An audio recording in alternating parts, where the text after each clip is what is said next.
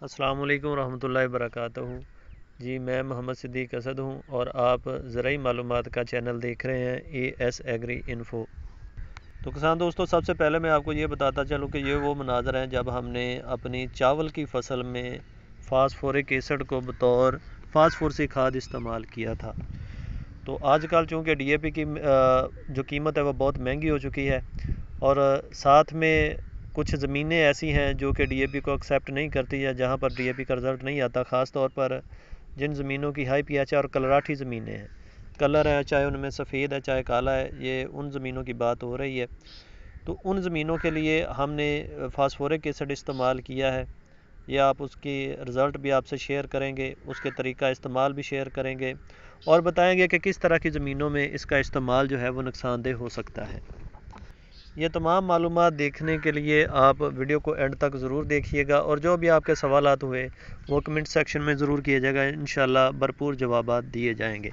और जो भी आपके दीगर मसाइल हुए उन पर एक तफसीली वीडियो बनाकर इंशाल्लाह वो भी अपलोड की जाएगी। तो बात करते हैं जी फास्फोरिक एसिड के इस्तेमाल की। तो फास्फोरिक एसिड को जब से ये DAP महंगी हुई है तब से मुतबादल के तौर पर DAP के मुतबादल के तौर पर देखा जा रहा है। और DAP महंगी होने से पहले भी हम इसकी प्रैक्टिस करते थे अपनी कलराठी ज़मीनों में। जो हमारे कलराठे रकबे हैं, पक्के वट के रकबे हैं, उनमें ये एक सस्ता सोर्स भी है, कैल्शियम के हसूल का सोर्स भी है और जो इसमें सोडियम है उसको लीच डाउन करवाने के लिए भी इसको इस्तेमाल किया जा सकता है। जैसा कि आप ये फसल देख रहे हैं और इसके साथ वाले खेत ये आप देखें, इनमें तमाम में कलर है और इस फसल के इर्द गिर्द जितना भी रकबा है ये हम आपको दिखाएंगे कि ये सारा का सारा कलराठा है और इसमें बहुत ज़्यादा मकदार है कलर की और इसका pH भी तकरीबन 9.5 के करीब है तमाम ज़मीन का। ये भी कलर वाली ज़मीन है, ये देख सकते हैं आप कि किस तरीके से कलर उड़ रहा है उसमें चलने से ही। तो ये हमारी ज़मीनें कुछ ऐसे एरिया में है जहाँ पर ये एक हमारे साथ मसला आ रहा है कलर का। सख्त ज़मीनें हैं, कलराठी हैं, सोडियम की रेशो बहुत ज़्यादा है, काला कलर भी है और सफ़ेद कलर भी है। तो उसमें आम तौर पर जो फार्मर हजरात हैं वो क्या करते हैं कि जिप्सम को इस्तेमाल करते हैं कलर को कंट्रोल करने के लिए। ये हम आपको एक खेत अभी दिखाते हैं कि एक खेत में हमने फास्फोरिक एसिड इस्तेमाल किया है और दूसरे खेत में जबकि जिप्सम इस्तेमाल किया गया है। और जहाँ पर हमने जिप्सम इस्तेमाल किया है वहाँ पर रिज़ल्ट कम आए हैं, फसल इतनी अच्छी नहीं है बल्कि ना होने के बराबर है। और जहाँ पर हमने फास्फोरिक एसिड इस्तेमाल किया वहाँ पर फसल बहुत अच्छी है। ये वो खेत है जी जिसमें हमने जिप्सम का इस्तेमाल किया। जिप्सम इस्तेमाल करना भी मुश्किल काम है, उसकी ट्रांसपोर्टेशन करना और उसको फिर आगे जो है वो छट्टा वगैरह करना, ये सारे मुश्किल काम है। जबकि फास्फोरस की ट्रांसपोर्टेशन भी आसान है, सस्ती भी पड़ती है और जिप्सम की निस्बत भी फास्फोरिक एसिड सस्ता पड़ता है। और दूसरा ये है कि ये फिर इसको फ्लड करने में, इसको इस्तेमाल करने में, एप्लीकेशन करने में इसकी बहुत आसानी रहती है, ये किसी किस्म की इसमें तकलीफ़ नहीं आती। तो ये वो रकबा है जिसमें हमने जिप्सम इस्तेमाल किया है। इसमें हमने पोल्ट्री वेस्ट भी इस्तेमाल किया है। रकबा इस तरीके से भी हम रिक्लेम करते हैं और करते रहे और अब भी कर रहे हैं कि पोल्ट्री वेस्ट या ऑर्गेनिक मैटर की भी हम अच्छी भली मकदार डालते हैं, साथ में फिर जिप्सम भी डालते हैं। फिर उस ज़मीन को तैयार करके 2-3 सीज़न के लिए आहिस्ता आहिस्ता उसमें फसल होना शुरू हो जाती है। लेकिन जो रिज़ल्ट हमें फास्फोरिक एसिड के ज़रिए मिले हैं वो जहाँ पर हम आपको दिखा रहे हैं और इसमें आप देख सकते हैं कि ये सारे का सारा एरिया जो है ये कलर वाला है। इर्द गिर्द हर तरफ आपको कलर ही कलर नज़र आएगा और ये कलर के जो इफ़ेक्ट्स होते हैं वो भी आपको नज़र आ रहे हैं। यहाँ पर मैं आपको बताता चलूँ कि ना तो हम फास्फोरिक एसिड को प्रमोट कर रहे हैं, ना ही इसको जो है वो हमारा सेल का पर्पज़ है, बल्कि हम एक मुतबादल ज़राए के तौर पर और कलराठी ज़मीनों को या पक्के वट ज़मीनों को या जो ज़मीनें जिनमें बैड पैचेज़ हैं उनको रिक्लेम करने के लिए, अच्छा करने के लिए ये सोर्स हम इस्तेमाल करवा रहे हैं और कर रहे हैं। और ये हमारे जो नायाब अदारा है इनके साथ हमारी रिसर्च भी चली है, उसके पेपर्स का लिंक भी मैं यहाँ पर शेयर कर दूँगा, वो भी आप पढ़ सकते हैं।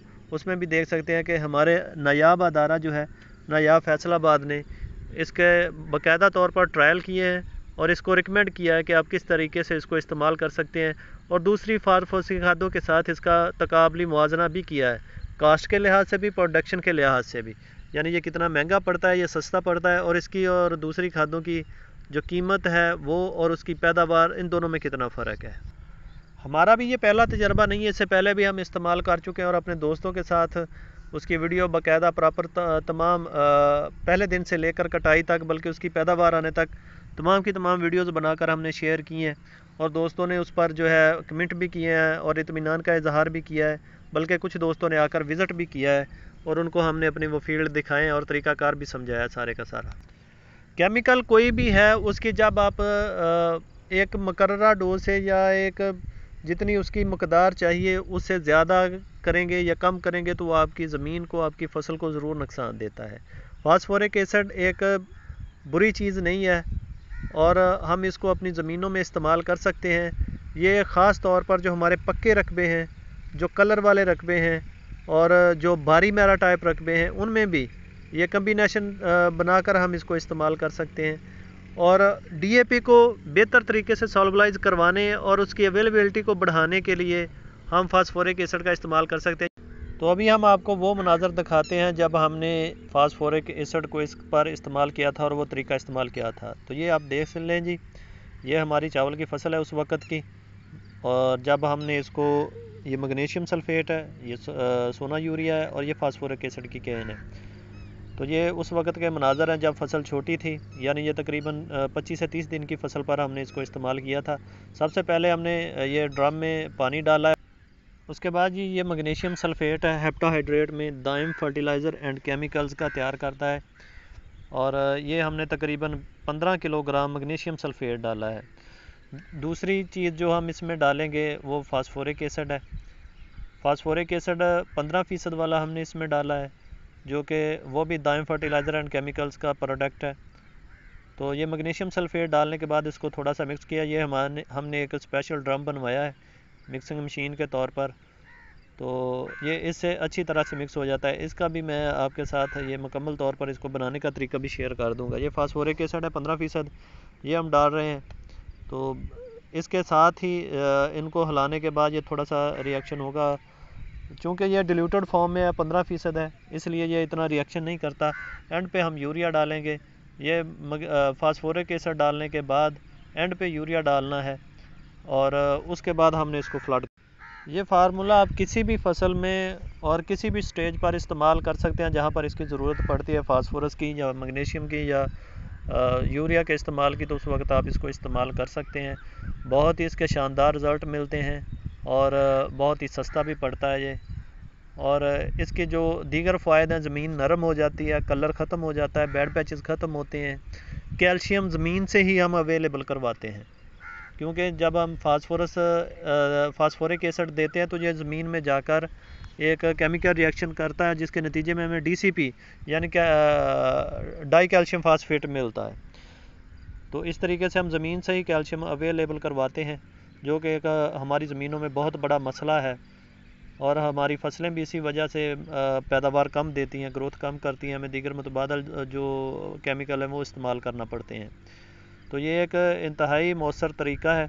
ये हमने यूरिया डालने के बाद इसको मिक्स करना शुरू कर दिया। ये देखें नीचे एक पखा टाइप लगा हुआ है, वो ऊपर से हम घुमाते हैं तो नीचे से इसी तरह से घूमता है और ये हल होना शुरू हो जाता है। इसी महलूल में हम दीगर न्यूट्रिशन भी डाल सकते हैं, जैसा कि पोटाश है, इसको भी हम इसमें ऐड कर सकते हैं आसानी के साथ। इसके साथ मिलाकर हल करके हम वो भी दे सकते हैं। हाइड्रोपोनिक खाद हम इसमें हल करके देते हैं, क्योंकि हाइड्रोपोनिक खाद हमने पिछले पानी पे दे लिया था, इसलिए हम अब नहीं दे रहे। हाइड्रोपोनिक खाद देने के बहुत ज़्यादा फ़ायदे मिलते हैं। पौधा टेलर बहुत ज़्यादा करता है, पौधे के जो इब्तदाई स्टेजेस में जो उसको माइक्रो न्यूट्रिएंट्स चाहिए होते हैं वो भी पूरे हो जाते हैं। या अब हम इसको पूरा करेंगे, इसकी मकदार को पानी को भरने के बाद इसको पानी के साथ ही छोड़ दिया जाएगा। आप किसी भी फसल में इसको बिला झिझक इस्तेमाल कर सकते हैं। ज़मीन आपकी पक्के वट की हो, रेतली ज़मीन जो है या हल्की मैरा टाइप जो है या बल वाली गसरा ज़मीन जो है, उसमें आपने इसको इस्तेमाल नहीं करना। बाकी हर तरह की ज़मीन में इस्तेमाल कर सकते हैं। बेहतर तरीका ये है कि जो मैरा टाइप ज़मीनें हैं जहाँ पर आलू या मकई वगैरह काश्त की जाती है, वहाँ पर आप इसको DAP के साथ मिलाकर इस्तेमाल करें। ये हमारा महलूल तैयार हो गया है जी और हमने इसको फ्लड करना शुरू कर दिया है। उम्मीद है ये वीडियो आपके लिए बहुत ही मालूमाती होगी और इस तरह की मज़ीद वीडियो देखने के लिए हमारे चैनल को ज़रूर सब्सक्राइब करें और बेल आइकन को भी दबाएं, ताकि हर आने वाली नई वीडियो आप तक बआसानी पहुंच सके। अपना और हमारे चैनल का बहुत सारा ख्याल रखिएगा। फ़ी अमान अल्लाह। अल्लाह हाफिज़। पाकिस्तान पाइंदाबाद।